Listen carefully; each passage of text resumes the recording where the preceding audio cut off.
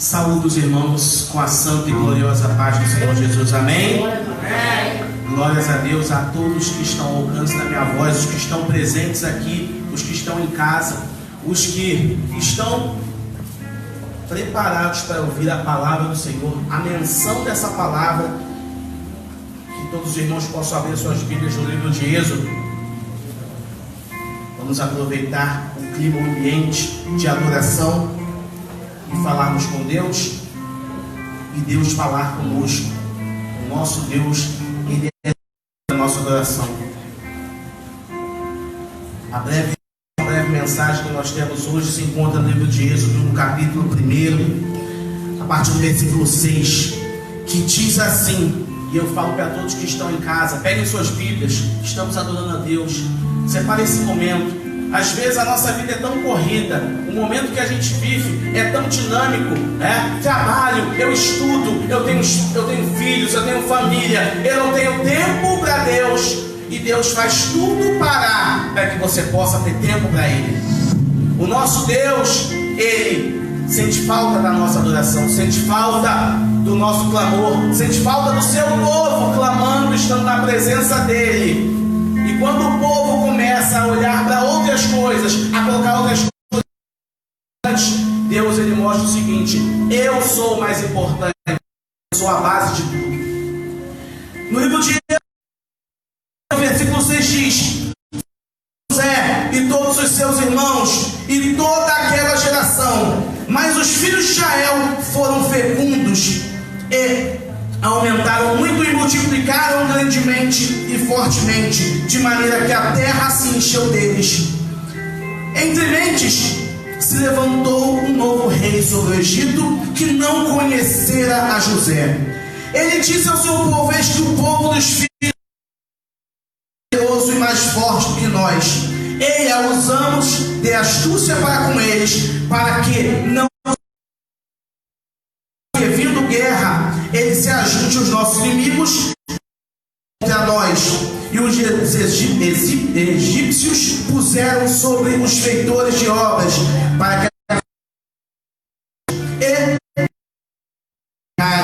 a Faraó as cidades, celeiros, Pitom e Ramsés. Mas quanto mais afligiam, quanto mais multiplicavam e quanto mais se espalhavam, de maneira que inquietavam por causa dos filhos de Israel. Então os egípcios com tirania faziam servir os filhos de Israel, e lhes fizeram amarga vida, com dura servidão, em barro, em tijolo, com todos os trabalhos do campo, com todos os serviços que na tirania lhe serviram. No capítulo 2, versículo 24, diz o seguinte: 23, decorrido muitos dias, morreu o rei do Egito, e os filhos de Israel gemiam sobre a servidão, por causa dela clamaram. E o seu clamor subiu a Deus.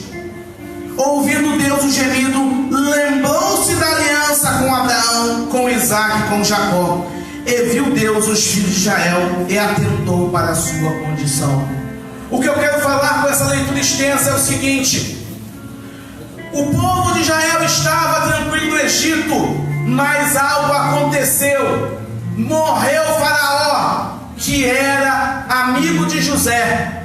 Passou uma geração, passou outra, e o Faraó que se levantou, olhou um povo forte, olhou um povo que tinha condições e capacidade de fazer grandes coisas, e pensou o seguinte: se esse povo ficar solto, ficar livre, esse povo pode crescer e vencer a gente. Vamos oprimi-lo, vamos colocar sobre cargas, vamos colocar sobre trabalhos, vamos colocar na escravidão, para que essa força seja usada para benefício do Egito.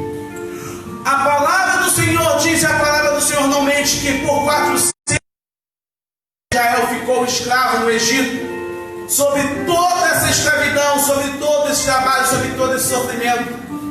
E após esses 400 anos, porque em trabalho, em escravidão, se fica cansado, não se tem tempo para clamar, não tem tempo para adorar a Deus, não tem tempo para fazer nada, só tem tempo para trabalhar e para ser escravizado, para ser humilhado e pisoteado. O povo começa a buscar tempo no meio do sofrimento, no meio do trabalho, no meio do cansaço, e passa a clamar a Deus.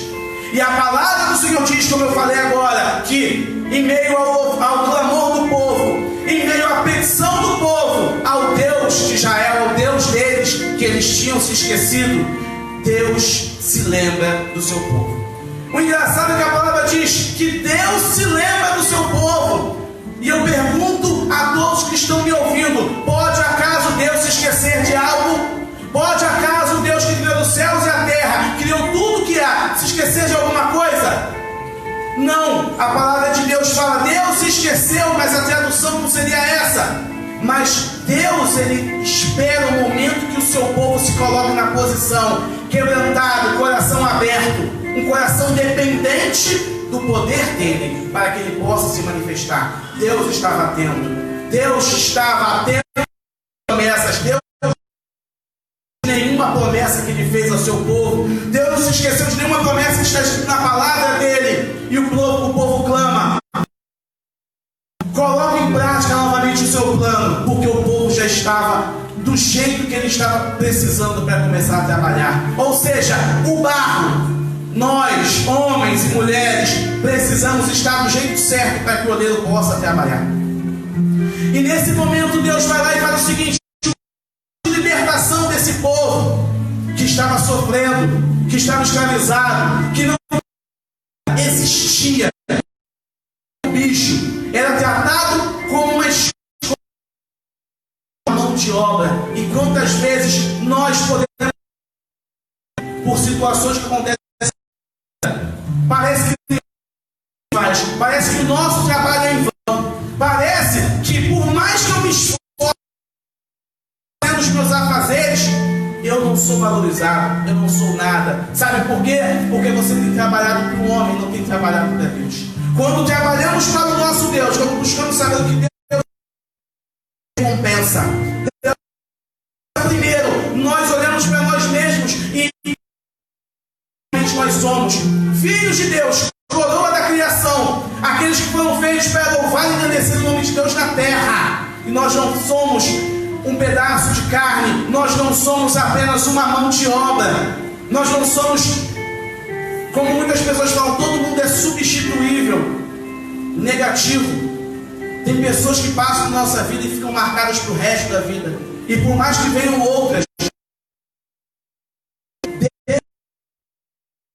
como nós somos, e se for sair da presença dele, ele abandona 99 ovelhas e vai buscar a ovelha que está perdida. Deus assim segue o seu plano e chama um homem, um libertador. E pode ser que eu esteja ouvindo Deus chamar e falar com alguém em casa hoje, alguém que estava esquecido, triste, alguém que pensou o seguinte: meus planos na igreja, meus planos com Deus, meus planos com a casa do Senhor acabaram. Porque assim era Moisés no momento em que Deus se apresentou para ele. No momento que Deus se apresenta para Moisés, Moisés era apenas sogro. Ele estava levando as ovelhas daqui para lá e de lá para cá, porque o seu sogro pediu, porque ele morava com o seu sogro. Ele teve que sair do meio do povo dele. Ou seja, tudo que Moisés tinha planejado deu errado até aquele momento. Até aquele momento, porque a partir do momento que Deus fala com Moisés, a partir do momento que Deus fala comigo e contigo, as coisas passam a dar certo. Porque nós tomamos uma direção do Altíssimo, aquele que conhece todos os caminhos, aquele que conhece o começo e o fim da nossa trajetória. E quando ele fala, vai pela direita, nós temos que ir pela direita. Vai pela esquerda, nós temos que ir. Acelera, diminui, vai devagar, corre, dá um passinho para trás, para dar 10 para frente. Nosso Deus, ele conhece. Nosso Deus se apresenta para Moisés de uma maneira muito engraçada e muito peculiar, porque Moisés já vai sentando as ovelhas, vê uma sarça pegar fogo, e a sarça pega fogo e não para de pegar fogo, ela não se consome, e Moisés fica curioso e vai até lá. Deus usa estratégias, e a estratégia que Deus usa para cada um de nós é diferente. Que ele não esperava, uma chance apenas que nós precisamos para fazermos a obra de Deus. Pode ser que Deus está falando contigo hoje. Paulo, Antônio, Henrique, Maria, o seu nome Ele te chamou para libertar a sua família. Ele te chamou para libertar a sua casa. Ele te chamou para libertar a sua igreja. Ele te chamou para libertar o seu bairro. Ele te chamou para libertar de alguma coisa, de alguma opressão do inimigo. Não vire as costas para o chamado de Deus. Deus tem chamado, e quando Deus chama, Deus capacita, Deus dá tudo o que nós precisamos. Moisés começa, mas por isso, mas se o povo perguntar, como que o povo vai acreditar em mim? Quando você assume a chamada de Deus para a sua vida, as pessoas veem Deus, as pessoas veem a chamada, o brilho da chamada, ele acaba aparecendo. E os poucos que têm dúvida, Deus ele vai se manifestar na sua vida para que as pessoas possam ver que Ele é Deus, na sua vida e na sua chamada. E Moisés perguntou, mas que nome? Porque até então Deus não era chamado por nenhum nome. E Deus fala, se perguntarem, diga, eu sou o que sou. Vemos isso nas nossas Bíblias, tradução e tudo mais. A gente vê que são 4 letras, Yud, Re, Vav, Re. São as letras que simbolizam o nome do Eterno. Nós acabamos traduzindo e falamos Jeová ou Javé. Mas Deus fala, meu nome é eu sou o que sou, eu serei o que serei, eu serei tudo aquilo que você precisar que eu seja. Deus ele é completo nele mesmo. Ele mostra o seguinte, eu completo qualquer falta sua, Moisés. E Moisés pega essa palavra e acaba crendo, depois de tentar se desvencilhar de várias formas, como a gente faz. Ah não, Deus, mas só que eu sou pecador. Não, Deus, mas eu sou falho. Não, mas eu sou aquilo. Mas quem falou que Deus chama perfeitos? Deus usa a nossa imperfeição para mostrar o seguinte, que Deus vê coisas boas em nós, apesar dos nossos pecados, e Ele vai nos lapidando como um diamante. Ele vai trabalhando. E a Bíblia fala que a luz do justo vai brilhando até ser um dia perfeito, na glória. Ou seja, Deus chamou, Deus lembrou-se do seu povo, porque o povo clamou. E nós hoje, nesse momento, precisamos clamar a Deus. Precisamos pedir a Deus para que Ele possa nos dar direção. Um momento tão complicado, um momento que as pessoas estão com medo, um momento que o medo superou a fé. Mas a fé nunca pode ser vencida pelo medo. A fé joga fora o medo. Nós temos que ter fé que vamos superar esse momento de crise, tanto de crise na saúde mundial, como de crise econômica, como de qualquer outra crise, porque as portas do inferno nunca vão prevalecer sobre a igreja do Senhor. A igreja do Senhor é forte, não em si mesma, mas é forte pela palavra do nosso Deus, que nos capacitou, nos deu essa força. Nós precisamos ter isso, clamar ao Senhor, porque clamando, Deus ele vai se lembrar das promessas. Deus está esperando o seguinte, uma atitude de fé nossa. Para complementar essa breve meditação, uma outra mulher, porque eu falei no exemplo de uma nação, de Israel, da liberdade, do início da liberdade de Israel do Egito. Mas eu vou falar agora de um exemplo particular de uma mulher que também, por conta de um clamor, ela conseguiu o que ela precisava.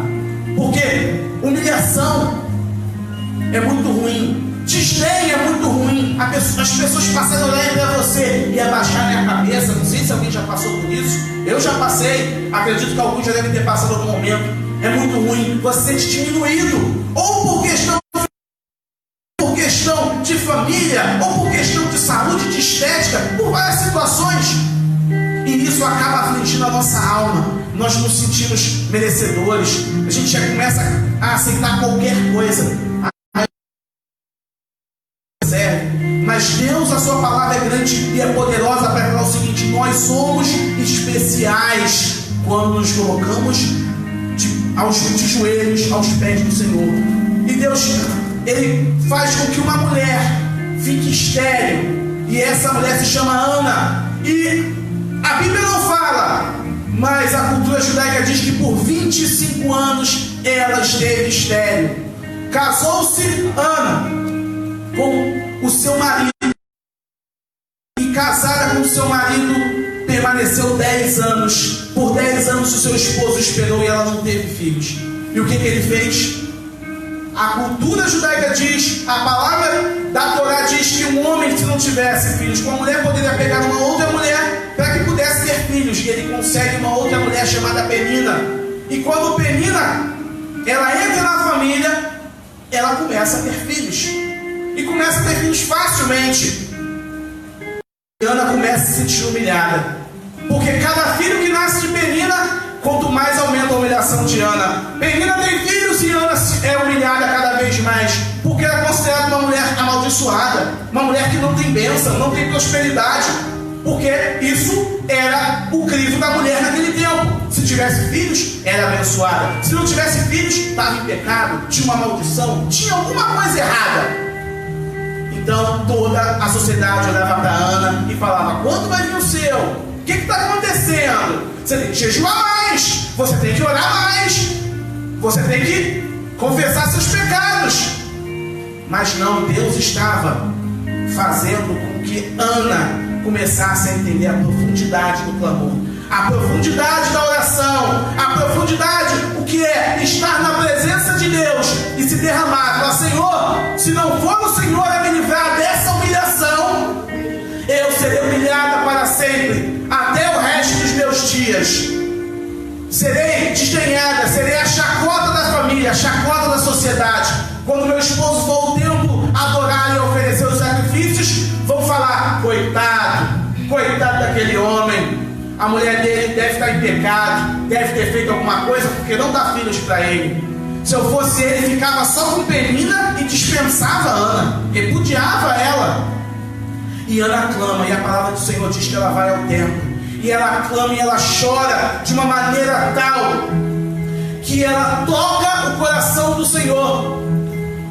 E pessoas que vivem, estão passando por esse momento, muitas vezes são incompreendidas, porque às vezes vem para a igreja e chora, vem para a igreja com cara amargurada, lágrimas nos olhos, e fala, as pessoas podem olhar e falar: nossa, aquela irmã, aquele irmão está sempre com uma cara de triste, não se alegra, tem que se alegrar na presença de Deus e tudo mais, porque ninguém sabe o que eu e você estamos passando, só Deus sabe. E quando ela está clamando lá, passa o sacerdote Eli, o responsável, balbuciando a sua boca e falando baixinho, e ele pensa, porque as pessoas são preconceituosas e pensam: essa mulher está embriagada, está falando desse jeito aí, está tudo estranho, porque está bêbada, bebeu muito vinho. E ele fala: Ana, até quando você vai ficar envolvida com vinho? E Ana se levanta e fala: não, meu senhor, não é por conta do vinho, é porque o meu coração está profundamente amargurado. Eu estou clamando a Deus, eu preciso de uma resposta, eu preciso que Deus, Ele intervenha em meu favor, porque se Ele não intervir em meu favor, eu vou permanecer nessa situação de tristeza. O nosso Deus, Ele nos fez não para sofrer, nos fez para lutar e vencer. O servo de Deus tem que estar acostumado a batalhas espirituais, a orar, a buscar, a jejuar, a estar em constante batalha. Ele não tem que aceitar a derrota, ele tem que buscar a Deus e pedir a Deus saídas e soluções. E Ana pediu, e aquele sacerdote entendeu o que ele falou, da boca para fora, junto com ela, e no final despediu. Ele falou: vai em paz, porque Deus vai conceder a sua petição. A palavra daquele homem, daquele sacerdote, indo de encontro com o que Deus já estava querendo, porque a palavra do homem de Deus tem força. A palavra de Deus diz que ela já não estava triste, ela foi para casa, não, porque ela não queria, foi para casa, comeu pão, se lavou, se deitou com seu esposo, e a palavra do Senhor diz que Deus se lembrou dela. No momento em que ela se deita com seu esposo, que ela faz as núpcias com seu esposo, que ela faz a junção do homem com a mulher, que para Deus é algo espiritual, algo forte, profundo demais. Deus fala o seguinte: Deus se lembra dela, e Deus vai lá e abre o útero dela e permite que nasça a semente chamada Samuel. Samuel nasce de uma oração, de uma situação complicada, mas o que vem depois de uma situação complicada, o que vem depois de uma humilhação para um servo de Deus que clama ao Senhor, é situação para se orgulhar, é situação para se alegrar, é uma situação que salvou toda uma nação, porque no ventre de Ana, aquela mulher que era desprezada, aquela mulher que as pessoas balançavam a cabeça pela rua, aquelas mulheres que as pessoas riam e debochavam, a Bíblia fala, menear a cabeça por trás, tipo, coitada de Ana. Do ventre dessa mulher Deus fez nascer Samuel, o grande sacerdote, o grande juiz e o grande profeta. O único homem que conseguiu reunir as três chamadas em uma única pessoa. Samuel acaba nascendo, e Samuel acaba sendo referencial para aquele povo, porque aquele povo, no período dos juízes, estava com Deus e não estava com Deus. Um referencial de Deus para uma geração inteira. O homem que vai ungir o primeiro rei de Israel, Saul, e o homem que vai ungir o amado do Senhor, o descendente do Senhor Jesus, o homem que ungiu o rei Davi. Ou seja, do ventre de uma mulher desprezada veio o louvor, e ela depois entoou um cântico lindo, o cântico de Ana. Lerei o começo e encerrarei a minha oportunidade.